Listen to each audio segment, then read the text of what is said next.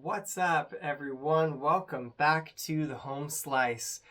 Today we have the final video in like a 15 video series. We've gone through a whole tournament of chopping knives. Each one has been compared with a best sharpness tester to see which one stayed the sharpest, which steel held an edge the best, and then they've gone on to the next round to face new competitors and whittle down to the final round, the chopper bowl, if you will.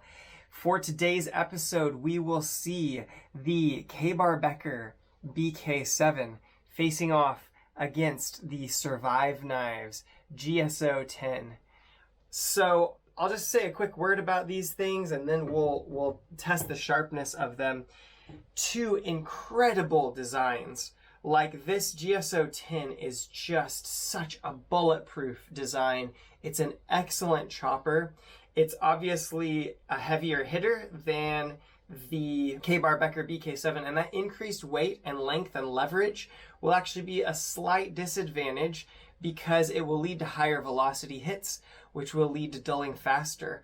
But on its side, it has CPM 3V that is heat treated by Peters, and so a phenomenal tough steel with a great heat treatment. It's a very cool design. I really like the handles on both of these. I'm like really pleased that these two have made it to the end because they're probably two of the most enjoyable blades to use overall in all the ones that I have done so far. It's quite a lot bigger, the Survive Knives GSO 10, but if you use the forward choil, which is a well-designed forward choil because there's no way I could roll my finger into that edge. I could use that without fear. And if you grab the KaBar Becker at its furthest forward choke-up point, you've actually only got about an extra inch on the GSO 10. So very usable in a survival situation, even for smaller stuff. You could probably use this for some kitchen stuff. Maybe I'll have to in a later episode. A very, very cool multi-grip handle. You've got your stop, which is 3D thinned to pull against here, and you can get some really good chopping force. It's keyed for your front fingers, and it fits really well for me. You can get into problems with overly ergonomic handles. I think Pete from Cedric and Ada has just made a video about that. But anyway, on the side of the GSO 10 is lots of quality, really good steel, high toughness, good heat treatment. On the side of the KaBar Becker BK7, we've got a shorter length, and so you've got reduced velocity, which will help it to stay sharp a little bit better. And you've got a slightly thicker edge because I've sharpened this one more times, and that will help with increased edge stability. Something that I like about the KaBar Becker BK7 is it sort of hits this sweet spot. I find with some of the blades when they get a bit longer, if you don't have increased thickness, which I prefer for it to be thin so it bites deeper, then you can get a bit of like wobble, like the blade goes in and the shock and the force makes it want to kind of vibrate. And I find this 7-inch length to be pretty nice because at this thickness that they've used, it's very stable. Like you chop in, all the force from the chop goes straight into the tree. There's not a lot of ting and ping and boing that you hear. And I do experience that with some of the bigger blades. This one, it's not too bad, but every now and then, if you're not exactly straight in your hit, you can kind of get that machete ping feeling. I also really like that they've skeletonized the handles inside of here. And that means that the weight balance of the whole knife is shifted more heavily forward. Balance point's right there, just next to the blade. Right there, just next to the blade. And that means that it has some forward lean to when you swing it. And this thing hits way above its weight class. I have chopped down absolute trees with this. So anyway, two much beloved knives. They're both really, really cool. This one belongs to me. This one belongs to a viewer. Thank you, Andrew. We're going to test the sharpness now. I'm not going to do any stropping. Like they've survived up to this point by stropping back beautifully and holding that keen edge. But this is a no holds barred fight to the death in this last round. And we'll see who comes out on top. Give me just a second to adjust the camera and we'll test the initial sharpness right in the middle of the chop zone and compare where they're starting out after 4.5 hours of heavy chopping each. And then we'll get into the test.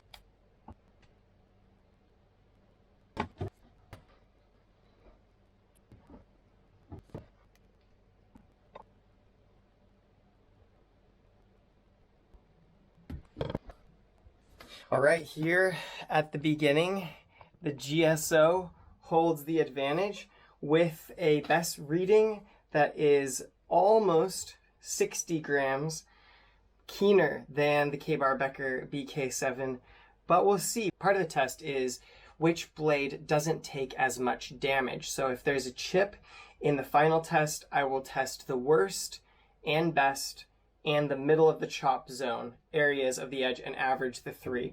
So we could still see some curveballs fly here. On the note of stropping, I'd love to get some feedback. I'm putting things together for some smaller tournaments, a couple of axe tournaments and a couple of chopper tournaments. I'm going to continue doing this thing. I'm going to try to keep it more sequential and tight so that over like a 6 or 7 week timeline, I come out with one every week and you can watch it from start to finish. But I'd really like some feedback. Do you guys like seeing the blades stropped back at each round? I find it's convenient for me because they're sharper when I go out and use them. But I'd love to hear your feedback if you're like, I want a pure edge retention test, no chance for sharpener error or a benefit to one over the other by stropping, just a straight plain test because maybe you don't strop your knives and you just want to know what lasts the longest. Or if most of you are like, hey, I actually strop my knives, so I'd like to know from my personal use and the way that I do things, which one is going to stay sharp for the longest amount of camping or something like that if I'm chopping up wood before resharpening. Could you let me know in the comments and any other feedback that you feel might be helpful before I start the next chop tournament? I'd love to hear from you. I'm already really excited about the next chop tournament. As a final aside, I will say I haven't babied any of the edges so far. Like, we have really bashed them into some stuff. They've seen dirt, they've seen roots. It's been some intense stuff. But here at the end, I am going to do my best to thrash these guys. Like, I'm going to do proper use. I'm not going to try to break them. I don't think I'll ever be a Joe X. Joe X is a breed all his own, and he does cool stuff, but I don't want to break a viewer's knife. But I am going to bash these guys, and we will see which one is like the survivor of like high velocity, hard use. Printer paper, GSO. No problem. I mean, one tiny problem right there. If you keep going in the slice cut, easy peasy. Like those 296 readings, those are real. Like this is at 296 best on most of the edge. 298, I guess, was the one I got in this video. 296 was the last video. KaBar Becker BK7 is pretty good though. Like that is, that's not bad. That's not bad. Let's take it to phone book paper and see if we can, I can't really tell a difference there. Man, these are amazing edge holders for chopping work. I'm so impressed with the 1095 CroVan for what it is, like as a sort of semi-budget steel. Oh my gosh. Okay, there's a little catch right there. Similar spot. If you keep the knife moving, you get through it. There is a spot right there, similar to the placement of the spot on the GSO. GSO 10. Oh, the GSO 10 is better. The best is not lying. Yeah, it's better. Still, they are both like slicing phone book paper with barely a hitch. Well, I had planned to do my regular invasive species bashing, but I showed up to this at work. An entire tree had fallen down across the parking lot, and it needed to be dealt with. So I actually took the blades and worked this tree over. This is how close it came to one of our vans. It was actually just the tips of those were touching it. So fortunately no damage to anyone, but very, very close. Just to give you an idea of the size of this thing, here's a view from the top back, and if you see that speck down there, that is the KaBar Becker BK7. There's the BK7 a little bit closer, and this is the overall size of the tree. I'm sorry, I chopped this thing up when I didn't have my video gear, and so I had to come back and I mainly took pictures on my phone. So sorry for the lack of video quality. This part of the video kinda just happened. I've had to cut the audio out because this all happened in a windstorm. Indeed, the reason why the tree fell over was a windstorm. So this is the girth of the trunk. There's the KaBar for size reference. And you can see some of those nubs that I cut off are in the like 3 to 5 inch category. Each one of those would have had to be broken down further because you can see the one laying across here, and that one actually has a large amount of smaller branches that needed to be clipped off and processed and put over there so that we could take them to the burn pile or the woodshed. Here's a close-up of some of the larger ones, and you'll note that that's the Survive Knives GSO back there in the corner. That's a 10-inch knife. I'm in this beautiful area. Just put in probably about 2 hours of chopping, just under, on each of the blades, because a surprise bit of work came up. Tree fell down in the parking lot, so I put some work into that before coming out here. But I reckon if you have made it this far into this series, you probably don't need a ton more of watching the KaBar Becker BK7 slow motion chopping stuff. And so I'm just gonna keep it to chopping a couple things. This is woolly nightshade. These should chop pretty easily if it's still sharp. I'll do the KaBar Becker and then I'll go grab the Survive Knives GSO 10. They've both done amazing. They're both starting to feel a little more on the dull side. It'll be interesting to see what they do unstropped. So this guy's probably maybe 3/4 of an inch thick. KaBar Becker, one hit, still quite sharp. Like, oh, found up that time. One hit out of those. This guy here maybe 1.5 inches thick. One hit on each side. Pull it over a bit. So 3 hits, not bad. Ooh, it's a holly tree behind me. Cool, there you go. I gotta poison these and then I'll grab the Survive Knives GSO. Should mention this test that both of these guys have been absolutely wailed on, and they've been chopping trees up to like 3, 4, 5 inches in diameter. So we'll bend over another, 3/4 incher. Yep, clean cut. Very nice.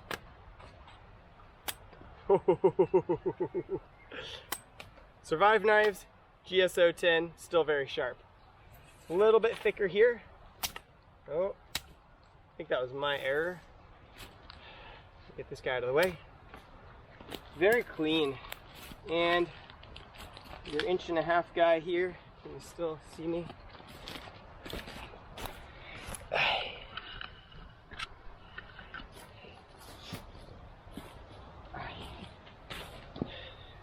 Now, of course, this 10-inch blade packs a bit more punch, so I'm not sure if this will get through in one, but very solid. No, same thing. Oh, there you go, other way. 3 hits. There you go. These guys are still very functionally sharp. Let's get in to test how sharp they stayed on the best. All right, it's time for final testing. I'm gonna do what we normally do, where we take some lemon essential oil and we clean up the edge a bit, because I don't want any like tree sap or gunk throwing off the readings. Don't want it to be unfair in that respect. Oh, and we did take off some decent deposits of plant-based gunk there. That's good.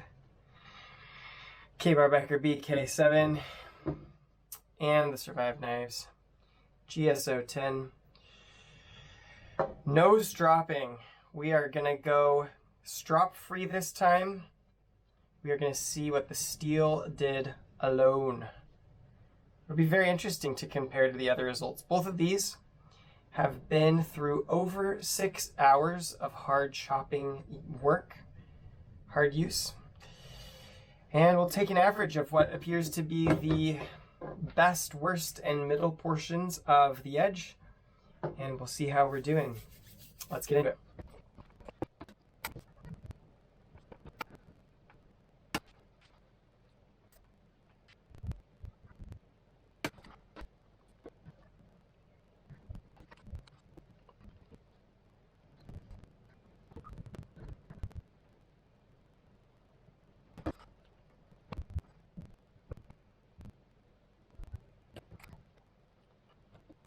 All right, from what I can see, it looks like the Becker's got about a 60-gram lead on this Survive Knives GSO 10, which is very surprising, but it all will come down to how well it kept an edge in the primary chopping spot. So this has got to be around 300 if this thing is to win, which would be very surprising. I'm going to be very surprised if the KaBar Becker BK7 wins. Mentally, I'm not even going to know what to do with that.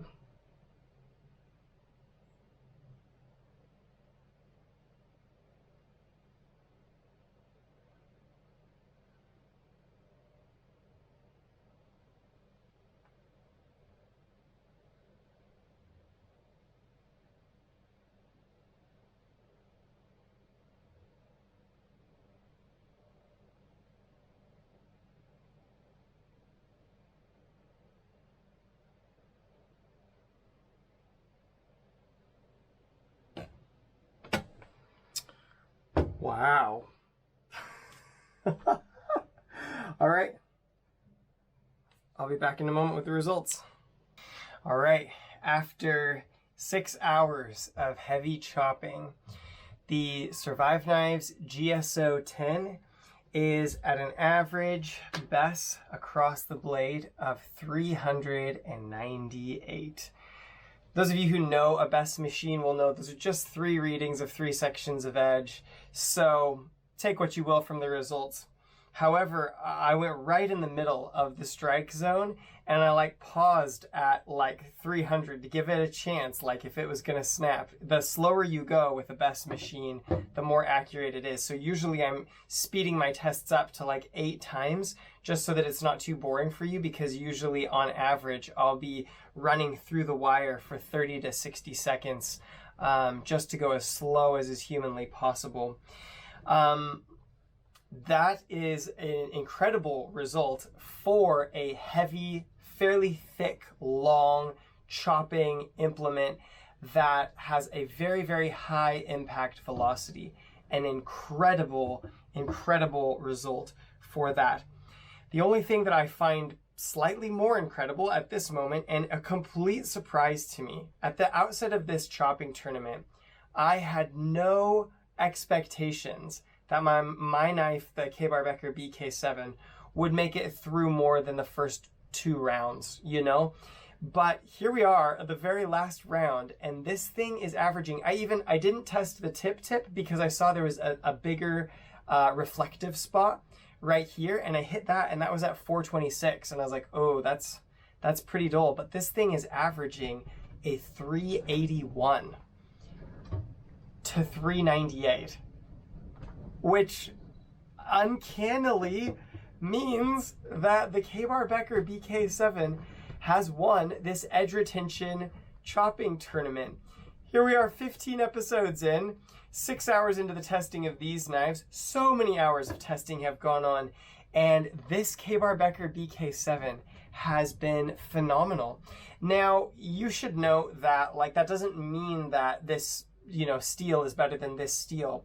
This is at a lower impact because it's smaller and lighter. This one, you can pack a lot of heft into each chop, and this one is not as much. Things that I observed this time that were interesting is I just love the wrist snap action that these Becker handles have.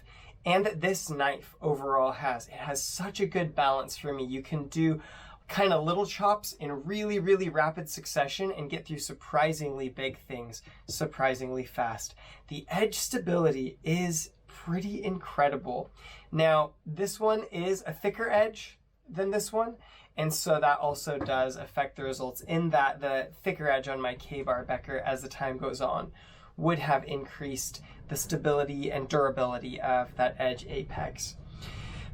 The Survive Knives GSO tin is an absolutely phenomenal outdoors tool, knife, survival tool. I love the grip. I love the forward grip.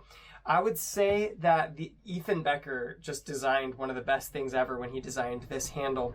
And I would say the Becker handle is more versatile. You can get more of a purchase in different sorts of scenarios, I would say. But and this keys in your hand to certain positions on the Survive Knives handle, which I like, but it doesn't line up like exactly. My pinky's kind of riding that ridge if I'm in the forward grip, if I don't kind of spread my fingers out a bit, which is no big deal. I would say the chopping grip and the retention in your hand is better on this knife. They've hooked that thing just perfectly, and they've thinned it right there just perfectly. So I love the chopping grip on the GSO. I love the versatility of the KaBar in different grip positions, the snap of it, yeah, and the comfort of it is quite nice. Wow. We've done it. Oh my goodness, little did I realize when I set out to do a blade tournament a year ago that there was going to be so many delays and complications, and oh, I've had so much fun. But there's been surprises at every turn, and this is probably the biggest surprise of all. But thank you so much for tuning in. I'm thinking I may transition from a model where I'm testing for edge retention, which was interesting when you have such a variance of steels, but maybe go to a model of the tournament where the one I felt was most effective or efficient as a design wins and goes to next. And we'll still do a best test to check the sharpness of the winner, but I probably will move more toward that sort of a model because it would just be fun to use the designs that feel the absolute most efficient against one another and approach it not as what steel has the best edge retention, but what design guides the force that you can generate with your body into productivity and chopping the absolute best. So I'm thinking about that, but I'd be really keen to hear any of your thoughts that want to pitch in. In fact, these are the specific things I'd like you to include if you guys are willing to pitch in your thoughts. So if you could go down to the comments, before you write your comment, put any of these that apply. If you have enjoyed the cinematography, the fun shots, and the music, if that's why you're here to be entertained, let me know and I can kind of focus my energy on that. If you're just here for the data and you wish that these chopping videos were shorter and you just want to know what won, make sure you put a B before your comment. If you like hearing my thoughts on things or want to learn more about steel or design, and that's why you're here, make sure to put a C before your comments. If you prefer that I don't strop the blades at all because you feel it muddies the data, put a D. If you like the stropping because you do that and you feel it's more consistent with your results, throw an E in the comments. And if you would like to see my sharpening and have me explain why I sharpen them the way that I do, put an F in. You can include all that apply and feel free to explain away, but this is a fun way that I could get some feedback so I can really make the next series more of what my viewers want it to be. Thanks guys, you're awesome. Before we sign off, I guess I should, after this many hours of testing, give some sort of conclusions. And the conclusions that I have is that you can make a really wide variety of thicknesses, of blade shapes, of blade geometries. You can make a really wide variety of them work in a chopping roll. There's a surprising consistency to edge retention. Edge retention is not like all or nothing in chopping. It seems that wood is sort of soft enough that even the softer steels, like the ones you shouldn't be using, like when I use the 1810 stainless cleaver, that thing actually held an edge for the first 90 minutes. And I'd imagine that's probably about the amount of work that you do in a day of camping. And so very, very surprising that the good steels to the bad steels, if you've really cleaned up that edge from damaged metal, which I did by stropping on a denim strop loaded with Mother's Mag auto polish, then you don't really see these massive differences through the first 2 hours, except for the cleaver that like actually bent on the edge. Of course, that was dramatic. And of course, the buck hoodlum that snapped in half. So I suppose there is that. But edge retention wise, you only begin to see the benefits of your harder steels out past about 2 hours worth of chopping work, roaming around a hillside, chopping these small trees down. So that's really interesting to me. The other interesting takeaway is that I would guess and suppose that CPM 3V, which this is made out of, probably has the higher toughness than the 1095 CroVan that KaBar is rocking in this guy. However, your weight and your swing velocity do make a big impact on the edge retention abilities, which totally makes sense. And we even saw that with the axes getting weeded out of the mix before the knives. It's also interesting that if you have more edge, then you have more ability to utilize more surface area, and so it slows down dulling overall. But maybe the most interesting takeaway to me right now in this episode is that this tech steel, which probably has higher toughness, actually didn't last as long as this really homogeneous carbon steel. Now, of course, if Cliff Stamp were here, he'd be like, told you so. But I have to say I didn't believe it until I have now experienced it. You want that low carbon, you want that low carbide, really homogeneous steel in a chopping capacity. That's just really surprising to me and really cool. After all of this testing, what do I think would be the best thing if you had a lot of chopping work to do, or if you wanted a dedicated chopper to take out camping with you or something like that? I like the 7 to 10 inch blade length category. It probably depends on what sort of pack weight you want to deal with, but 7 to 10 inches is a good pack weight. I like these like 4.5 millimeter thick ones better, to be honest, than some of the thicker ones, because the thicker you get, sometimes it feels like you've got to the point where you're actually wasting the weight, and you know, you're chopping with higher velocity, but it's so thick it's not penetrating as deep. You're just destroying the edge more quickly. Well, a little more quickly. It's not a big dramatic difference. But anyway, so those are the things that the two survivors I noticed kind of have in common, is that medium edge thickness, medium spine thickness, lightweight, efficient design. What steel do I think would be best if you had a chopper specific role to fill? You know, I reckon that 1095 CroVan is no slouch. After going 6 hours and not even registering as needing resharpening on a best machine, i.e. being over 400 grams average on the best. But I would say probably you'd get just as good, if not better, performance out of your like 80 CRV2s or something like that has maybe a little bit lower carbon and so is a little bit more ductile but still has good hardening properties. I'd imagine would be pretty good. Or probably your spring steels like your 5160 and stuff, as long as the Rockwell hardness is high enough to keep the edge from doing any funny things like warping or bending. Those would probably be a really good call. Of course, that's no surprise. I reckon I gotta try a decent sized chopper in AEBL or 12C27 or 14C28N, because I think they might be awesome. I don't know. You guys can let me know what you think in the comments. But I think properly hardened, like Eutectoid or Sandvik steel, might be kind of awesome. As a bonus, in this last and final chopping tournament episode, I will give you a shot under the microscope of the edge of each of these knives. One disclaimer I will make is that I hit a rock with the very tip of this one, so it will have some more intense damage. It's not the knife's fault, it's mine, and I have not been testing that portion. I've started testing from here down where there's none of that damage, so you'll see that in the microscope.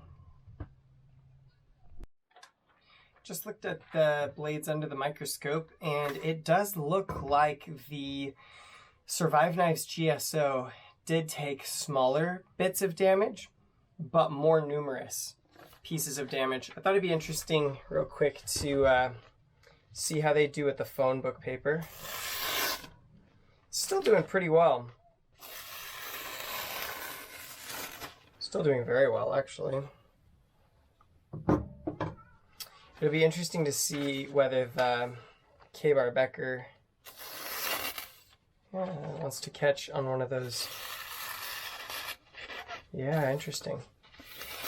So the KaBar Becker has more sections of edge that are still like feeling really lively and keen, but it also has more places where the damage is so large that it would catch the paper.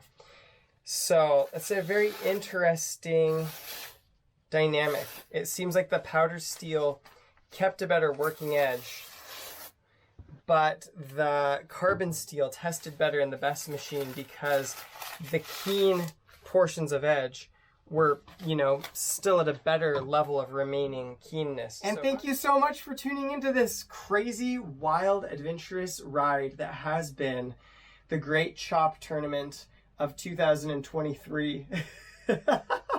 Y'all rock, and I appreciate you viewers. And if you want to see the last episode, I'll put it on screen now. But for all the rest of you, I'll say peace out from the home slice.